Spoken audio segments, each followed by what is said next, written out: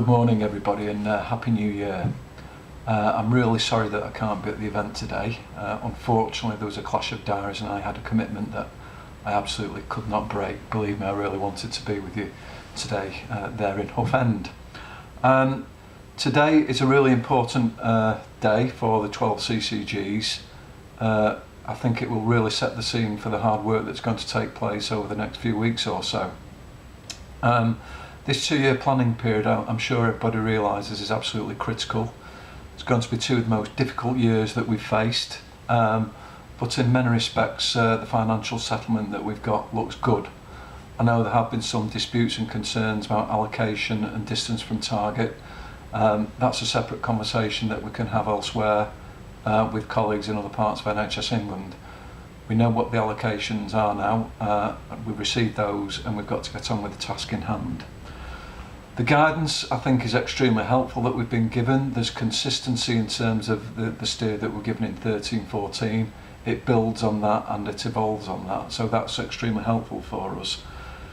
In parts, I think the guidance is absolutely great. It sets out some ambition in terms of what we want to achieve as commissioners, both CCGs but also for the elements of work that NHS England commissions. Some areas where I suspect we need a little bit more detail to enable us to understand. Perhaps that gives us a bit of scope and leeway where it isn't too prescriptive in terms of the detail. There will be some aspects clearly where we need some further information, and I think it's the role of the area team to work with colleagues in the central part of NHS England to get that detail over the next few weeks and explain and describe that here within Greater Manchester in terms of what we've got to do. You can look at the guidance in 2 ways. Some people may think it's a bit prescriptive around form, although the guidance purports not to do that. I think that's largely about the framework of how we present the material back. So I do think it gives the appropriate latitude to CCGs to get on with the task that they've got to do, although clearly there's issues around form. That's probably right and appropriate.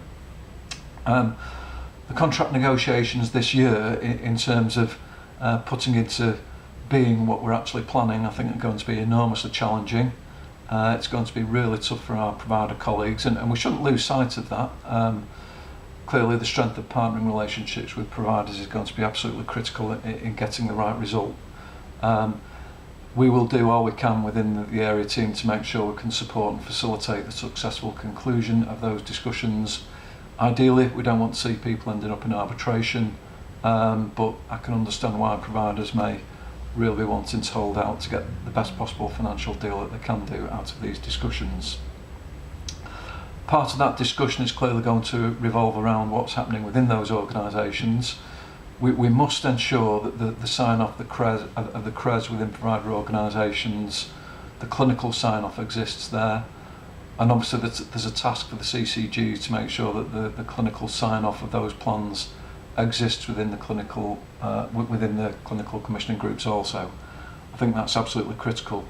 What we have seen in 13-14 is significant delay around that sign-off in 1 or 2 parts of Greater Manchester, and we've got to make sure that doesn't become an issue for 14-15.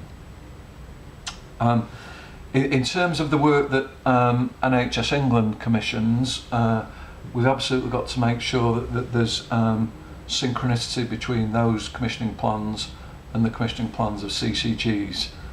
Obviously, in terms of primary care, that is really critical. I've said that this is the year of primary care, 2014. We've got to get that right, and getting the co-commissioning right with the CCGs I see as an absolute success factor.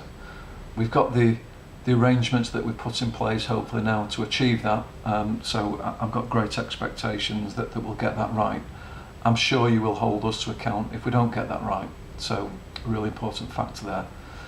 Specialised commissioning also is a really important part of this work. We've got to make sure that the work that the specialised commissioning team is doing fully integrates with the local work. I do think there's a piece of work that we've got to do more broadly around the Greater Manchester level pieces of commissioning work to make sure that it pulls together as a single programme. That will provide the opportunity for us all collectively to hold each other to account.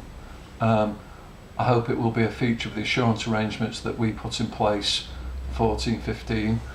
I'm sure there'll be aspects of that you want to put in place to make sure that the CCGs, through the association, hold themselves to account in terms of your collaborative commissioning work. And you will want to hold us to account in terms of the specialised commissioning work that we do to make sure that that has the fit and make sure that it delivers for the patients within Greater Manchester. We clearly have a role in the area team. We'll have two roles, don't we? The work that we've got to do as a commissioner, but also the work that we have to do in terms of assurance. I hope that we'll continue to do that on a supportive basis. If we feel that there's command and control operating here, then that will be a real shame. It will mean that we've taken a step backwards in terms of the relationship that we've established in 13-14. So I hope that what we can do is provide the supportive arrangements again. Hopefully we will manage some of the upwards noise on your behalf, and we'll attempt to translate some of those central messages to make them more meaningful locally. If we get that right, I think we will have been successful in our role. But plausibility is also important as well. We've got to make sure that the plans that are delivered over this next 2-year planning period are plausible. And I think we've got a role there to act as a critical friend for you to make sure that we get that absolutely right. Some of you will have heard me talk about already what I hope the CCGs can do collectively to make sure there's a degree of quality assurance that exists amongst yourselves to get those plans to the right level and the right quality before they actually come to us within the area team. I'd ask you to reflect on that point during the work that you do today in terms of how you might be able to do that. We've got to make sure that our plans are fit for purpose and that they are plausible. I guess one of the key areas of plausibility there is around as we look towards 15-16, that better care fund in terms of how we enact that, the integrated care work that we've got to do, the investment in primary care, the investment in out of hospital services, and really test to a degree of rigour how plausible those plans are, particularly in terms of the bigger picture, in terms of where disinvestments may need to be made to create the headroom of funds to put into the integrated care work and the better care fund.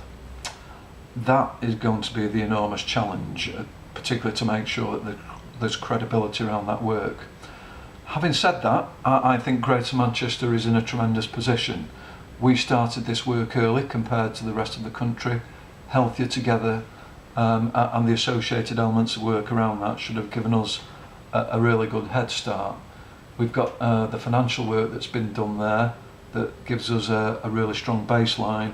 We've got to make sure that the work the public service reform work that's happening at Greater Manchester level is adding value to the local work that you're doing. I'm sure that will be a feature of the discussions today. We've got to make sure that spirit really carries through. I'm delighted that there are local government partners in the room with you today. We've got to make sure that triangulation occurs, as you've heard me saying a number of times. I think this will all fall apart if we've got separate plans in local authorities, in CCGs and provider organisations, and for me that really is an acid test. The fact that those 3 separate sets of plans can fit together and triangulate. So the work that we've got to do with the regulators, with the Trust Development Authority and with Monitor, which we will do, will be a really important part of that plausibility to make sure that that those plans actually fit together appropriately. Okay, that's probably all I want to say. I'm not sure who I'm handing over to now, but I hope it's a really good, productive day. As I say, I'm disappointed I won't be there. As you listen to me now, I'll probably be somewhere between Liverpool Airport and Barcelona, where I'm going to be for the next couple of days. I hope to be very actively involved in the work over the next few weeks though. So best of luck. I hope you have a great day. Thank you.